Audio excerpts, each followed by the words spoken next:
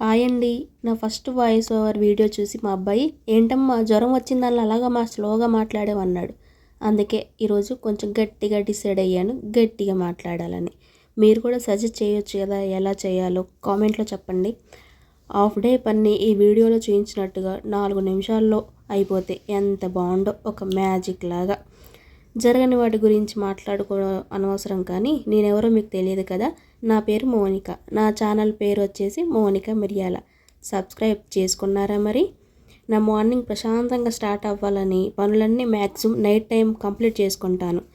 ఇలా చేసుకోవడం వల్ల మార్నింగ్ హడావిడి లేకుండా పొద్దున్న చిరాగ్గా స్టార్ట్ అవుతుందండి. ఆ పనులన్నీ స్ట్రెస్ఫుల్గా అనిపిస్తుంది. బాడీ మొత్తం ఎన్నో పనులు చేసి అలసిపోయినట్టుగా ఫీల్ అవుతుంది.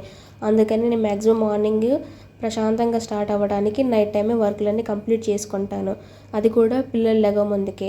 ఒకవేళ పిల్లలు లెగిసారా వాళ్ళు చేసే హడావిడి మామూలుగా ఉండదు. అందుకనే పిల్లలు లెగ ముందుకే పనులన్నీ కంప్లీట్ చేసుకొని రిలాక్స్గా ఒక టీ తాగిన తర్వాత అప్పుడు పిల్లల్ని లేపుతాను అనమాట. ఈ వీడియోలో ఒక ట్రిక్ కూడా ఉందండి, లాస్ట్ వరకు చూడండి. మీకు ఆ ట్రిక్ ఏంటో మీకు తెలుస్తుంది. నాలాగా మీరు కూడా వృధా చేయకుండా సేవ్ చేస్తారు.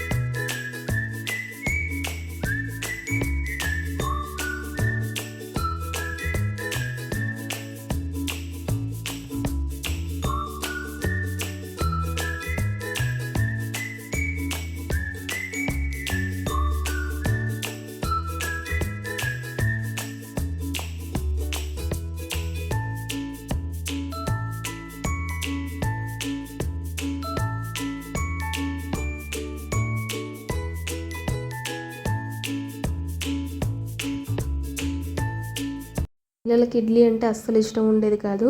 ఈ చిట్టి ఇడ్లీ ప్లేట్ తీసుకొచ్చిన దగ్గర నుంచి వాళ్ళకి ఒక ఎంటర్టైన్మెంట్ లాగా ఫీల్ అయ్యి వాళ్ళే పెట్టుకొని వాళ్ళే తినేంత స్టేజ్కి వచ్చారనమాట. ఇవి ఎలా చేయాలో తెలియక నేను పాల మీద మేగడను వేస్ట్ చేసేదాన్ని, కానీ ఇప్పుడు అలా కాదు. రోజు పాల మీద మేగడను ఒక బాక్స్లో కలెక్ట్ చేసి డీప్ ఫ్రిడ్జ్లో పెట్టుకుంటాను. అలా వచ్చిన మీగడను నేను నెయ్యి చేయాలనుకున్నప్పుడు ముందు రోజు రాత్రి బయట పెట్టుకుంటాను. ఒక మందపాటి గిన్నెలో వేసుకొని డైరెక్ట్గా స్టవ్ మీద పెట్టుకొని ఉడికించుకోవడమే.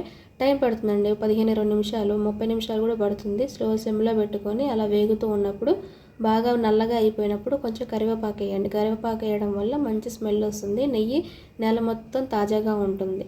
ఇంత దానికి ఎన్నో వీడియోలు చూశానండి. వాళ్ళు 10 నిమిషాల్లో అయ్యింది, 20 నిమిషాల్లో అయ్యిందని చెప్తారు. నాకేం అయ్యేది కాదు. చాలాసార్లు ఫెయిల్ అయిన తర్వాత నేను సక్సెస్ అయ్యాను. Okay, bye.